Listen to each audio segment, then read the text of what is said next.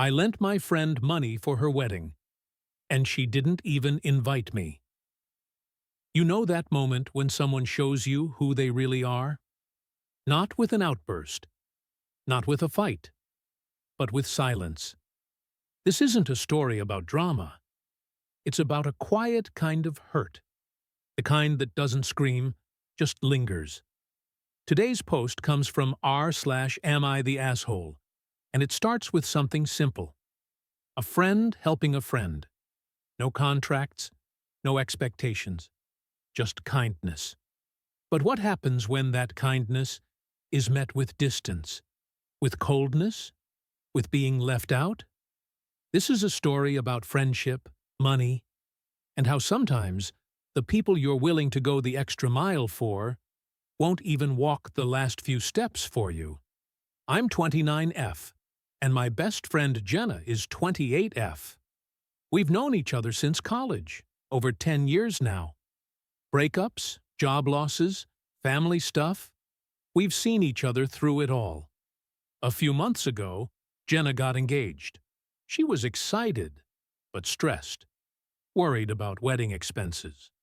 She didn't ask me for anything, but I offered to lend her $2,500 to help with deposits and vendors. No strings, just support. Because she was my friend. She promised to pay me back within 6 months. I wasn't worried. I trusted her. Time passed. We texted less. I assumed she was just caught up in planning. Then I saw it. Photos on Instagram, her wedding, her dress, her groom, her first dance, her cake. And I wasn't there. Not even a save the date. Not even a text. I messaged her and asked, "Hey, was everything okay? Did I miss something?" She replied, "It was a super small ceremony. Mostly family. I didn't think you'd want to come." Except, I saw 3 mutual friends in the photos. People she met through me. I didn't ask about the money. I didn't even care anymore. Because it wasn't about the $2,500. It was about being cut out. Being good enough to support, but not good enough to be seen. I told her I felt hurt. She told me I was making her wedding about me and being dramatic. This story isn't about money.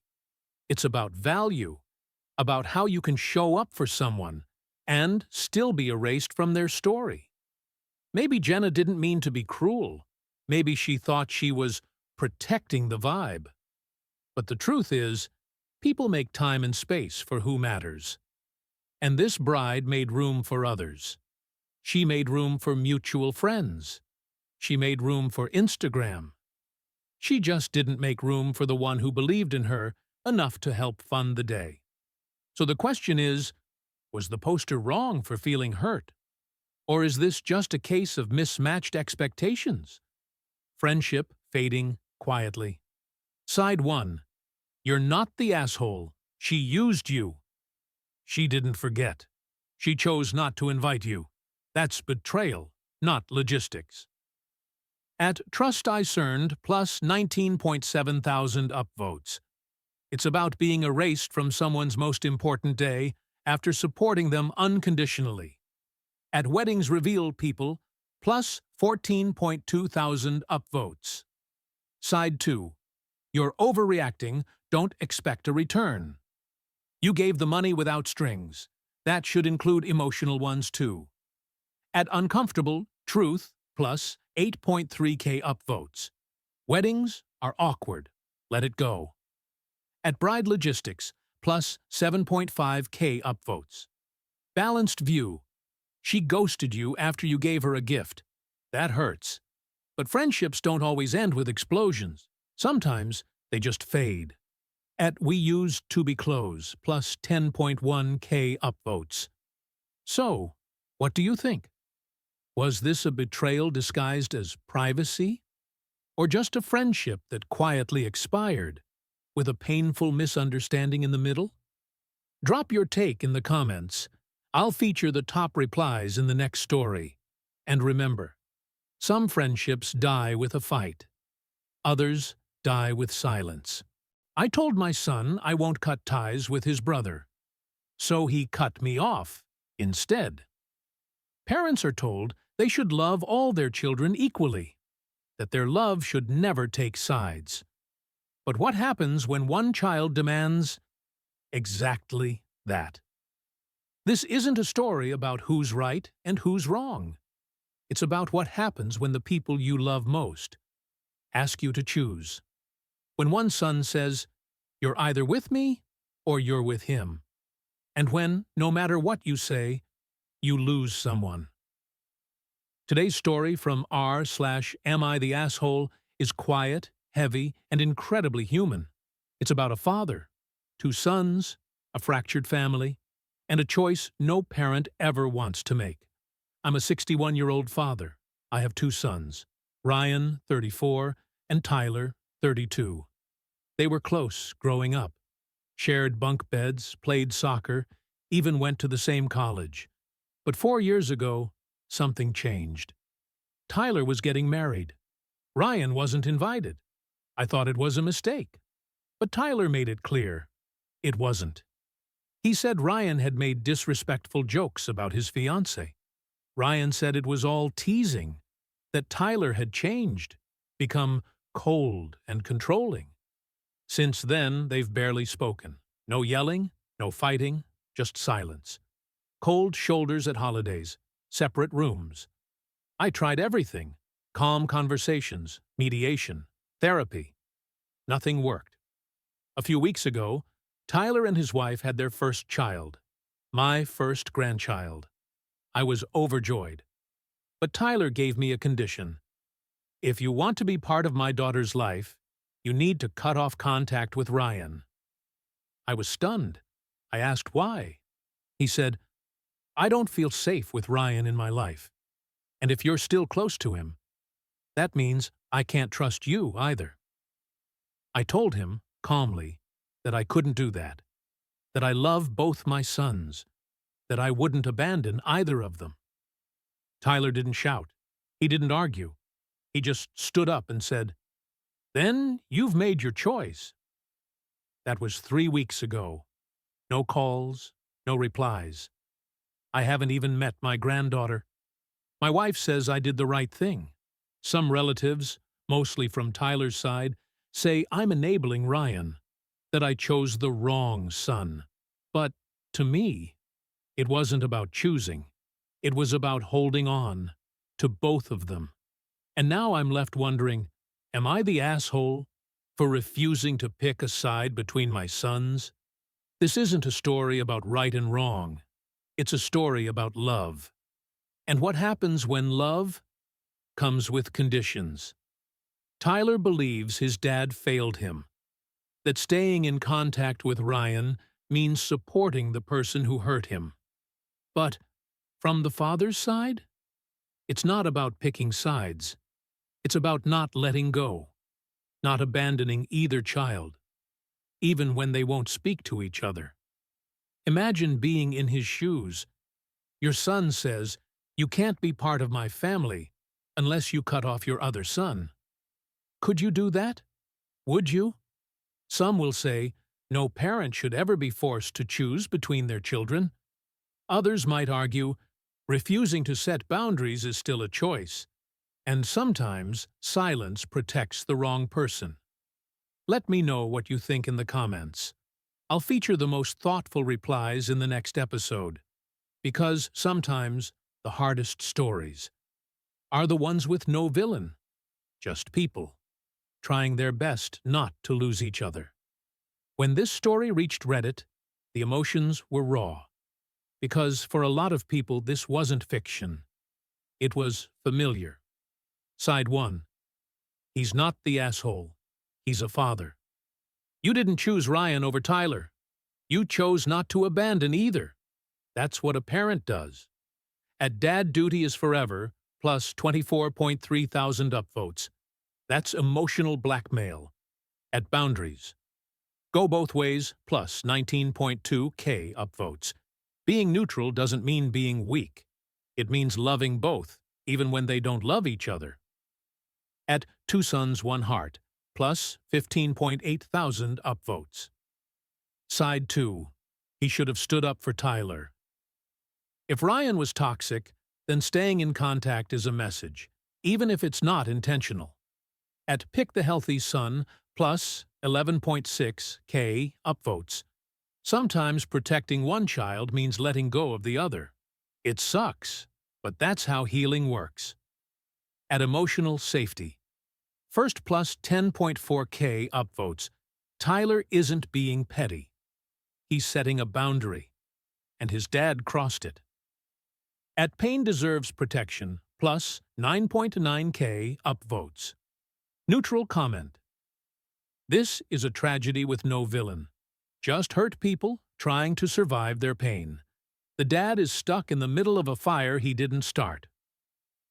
At Middle of the Storm, plus 13.7 thousand upvotes. So now it's your turn.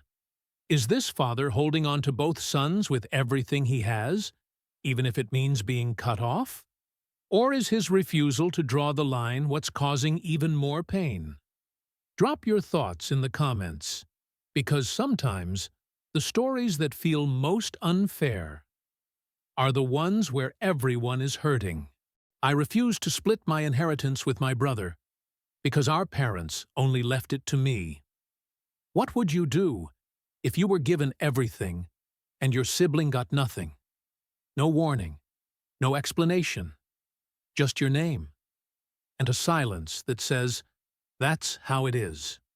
Today's story from r/AmITheAsshole isn't about being greedy. It's about grief, inheritance, and the impossible line between what's fair and what's final.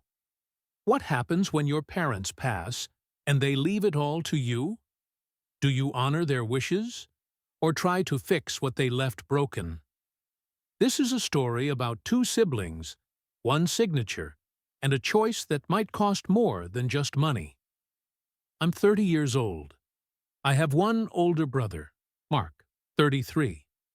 We weren't super close, but we weren't enemies either. Just different. I stayed close to home, finished school, took care of our parents when they got sick. Mark? He drifted, dropped out of college, moved from place to place, struggled with relationships and stability. I stayed. I drove Mom to chemo, sat with Dad at the hospital, paid bills, filled pill boxes, kept them company when no one else showed up. And they always said, "You're the one we trust. You've always been there." 2 years ago, we lost them. Mom passed in April, Dad in October. Their will was simple and shocking. Everything was left to me.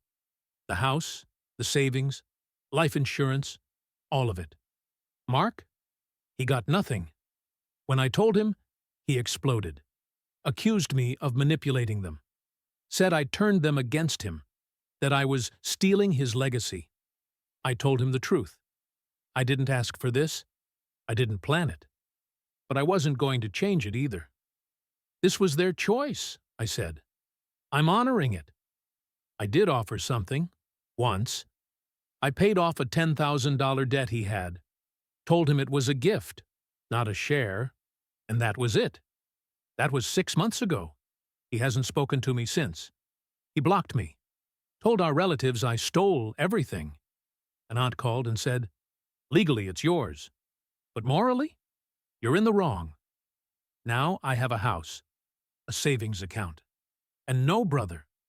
So I'm asking you, am I the asshole for keeping what my parents gave me, even if it meant losing him?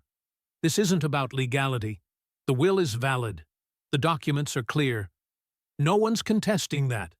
But the real question is doing what's written down always doing what's right?